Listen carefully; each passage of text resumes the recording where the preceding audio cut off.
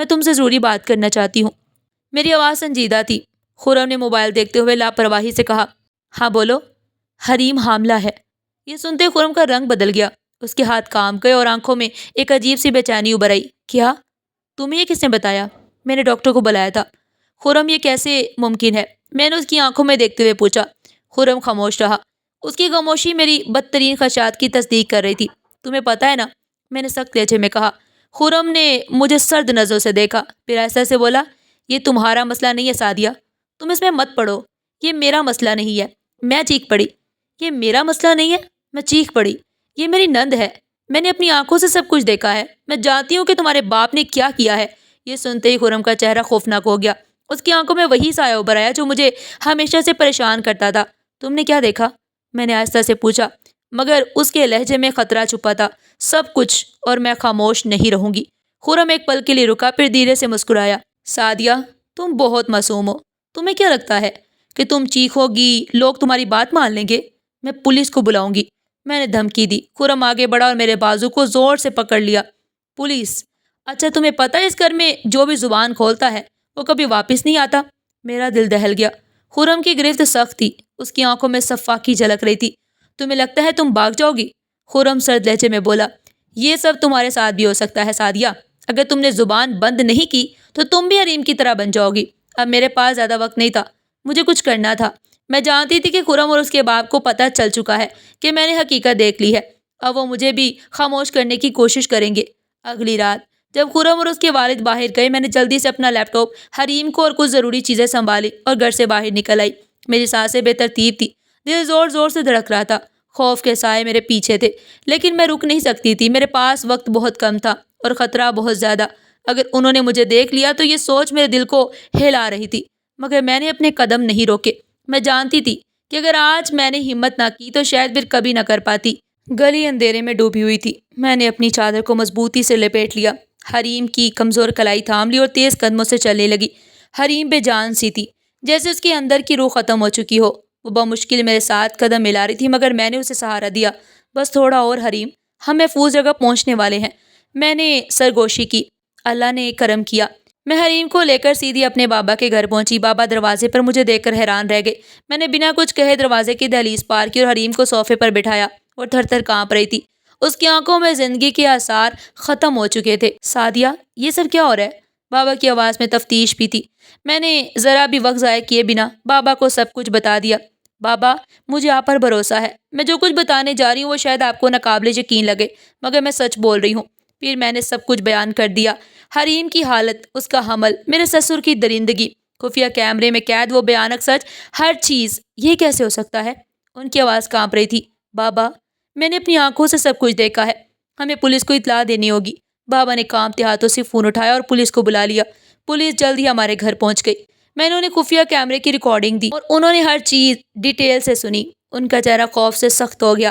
ایک انسپکٹر نے کہا، یہ پہلا موقع نہیں تھا جب انہوں نے کسی لڑکی کو یرغمال بنایا۔ وہ ہر 2-3 سال بعد کسی نئی جگہ جا کر ایک نئی لڑکی کو اپنے جال میں پھنسا کر اس سے شادی کرتے اور پھر اس پر وہی ظلم کرتے جو حریم پر ہوا تھا۔ یہ سن کر میرے حواس گم ہو گئے۔ کیا؟ ہاں۔ پولیس افسر نے گہری سانس لی اور بولا، جب ہم نے حریم کی دستاویزات نکلوائیں تو پتہ چلا کہ وہ خرم کی بہن نہیں بلکہ اس کی پچھلی بیوی تھی۔ میں سکتے میں آ گئی۔ لیکن وہ پاگل کیوں ہے؟ میں نے بے یقینی سے سوال کیا۔ افسر نے آہستہ سے کہا، کیونکہ خرم اور اس کے باپ نے اسے نشے میں مبتلا کر دیا تھا تاکہ وہ حقیقت کسی کو پتہ نہ سکے۔ میری آنکھوں میں آنسو آ گئے۔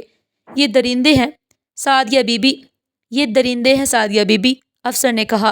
ہمیں مزید تحقیقات کرنی ہوگی، لیکن ہمیں لگتا ہے کہ دونوں پہلے بھی یہی سب کر چکے ہیں۔ پولیس نے خرم کے باپ کو گرفتار کر لیا۔ جب خرم کو گرفتار کیا گیا تو اس نے سب کچھ تسلیم کر لیا۔ ہاں، میں نے یہ سب کیا ہے اور میں اسے دوبارہ بھی کر سکتا ہوں، اس نے صفاقی سے کہا۔ تم نے 5 شادیاں کی؟ انسپکٹر نے سوال کیا۔ خرم نے ہنستے ہوئے سر ہلایا اور بولا، ہاں، اور ہر بار یہی کھیل کھیلا۔ میں خوش تھا کہ تمہیں بھی اس میں پھنسا لیا، مگر تم تو بہت ذہین نکلی سعدیہ۔ میرے بدن میں جھرجھری دوڑ گئی۔ پولیس کی تحقیقات آگے بڑھ رہی تھی اور جو سامنے آ رہا تھا وہ میری توقع سے کہیں زیادہ ہولناک تھا۔ حریم کے ساتھ ہونے والا ظلم صرف ایک واقعہ نہیں تھا بلکہ ایک منظم جرم تھا جو سالوں سے جاری تھا۔ یہ دونوں خرم اور اس کا باپ صرف درندے نہیں تھے بلکہ کاروباری مجرم تھے۔ ان کا کاروبار بے سہارا لڑکیوں کو اپنے جال میں پھنسانا، انہیں حاملہ کرنا اور پھر ان کے بچوں کو بیرون ملک بے اولاد جوڑوں کو فروخت کرنا تھا۔ وہ ہمیشہ ایسی ہی لڑکیاں تلاش کرتے جو یا تو بہت غریب ہوتی یا پھر بالکل اکیلی۔ جب وہ لڑکی حاملہ ہو جاتی تو اس کے بچے کو چوری چھپے باہر بیچ دیتے اور عورت کو یا تو پاگل خانے میں داخل کروا دیتے یا مار دیتے۔ یہ سب سن کر میرا دل دہل گیا۔ یہ لوگ کتنی عورتوں کی زندگیاں برباد کر چکے تھے۔ پولیس نے مزید کھوج لگائی تو پتہ چلا کہ خرم کی 5 بیویاں یا تو غائب تھیں یا پاگل خانے میں داخل کروا دی گئی تھی۔ 3-4 بار حاملہ ہونے کے بعد جب وہ عورت ان کے کام کی نہ رہتی تو وہ اسے ہمیشہ کے لیے ختم کر دیتے تھے۔ یہ جان کر میری سانسیں رک گئی۔ کیا میں بھی اسی انجام کا شکار ہونے والی تھی؟ اگر میں نے کچھ نہ کیا ہوتا تو آج میری کہانی بھی وہی ختم ہوتی جو حریم اور ان بے شمار بدقسمت لڑکیوں کی طرح ہوئی تھی۔ پولیس نے حریم کے ورثاء کو تلاش کرنے کے لیے تحقیقات تیز کر دی۔ میرے بابا نے خدا کا شکر ادا کیا کہ ان لوگوں نے مجھے کوئی نقصان نہیں پہنچایا۔ میں بابا کے ساتھ بیٹھی سوچتی رہی، اگر میں خاموش رہتی، اگر میں نے حقیقت جاننے کی کوشش نہ کی ہوتی، اگر میں ڈر جاتی تو آج میں کہاں ہوتی؟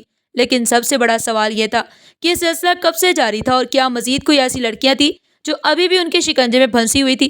میں جانتی تھی کہ یہ معاملہ صرف خرم اور اس کے باپ کے پکڑے جانے سے ختم نہیں ہوگا بلکہ ان کے پورے نیٹ ورک تک پہنچنا ہوگا تاکہ مزید کسی معصوم لڑکی کی زندگی برباد نہ ہو۔